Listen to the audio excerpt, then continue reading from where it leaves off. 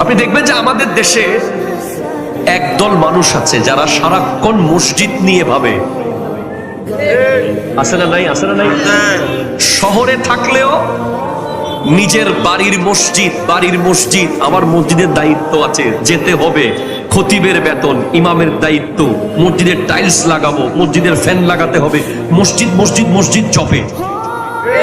আছে না নাই? কথা বলা আছে না নাই? এরা যারা সারাক্ষণ মসজিদ করে, এবং যারা মসজিদে গেলেই মুনাজাত শুরু হলেই চোখ দিয়ে পানি চলে আসে, এই দুই ক্যাটাগরির মানুষ কাল হাসরের মাঠে আল্লাহর আরশের ছায়ার নিচে জায়গা পাবে, এবং এদের দুইটা চোখ কোনদিন জাহান্নামে যাবে না।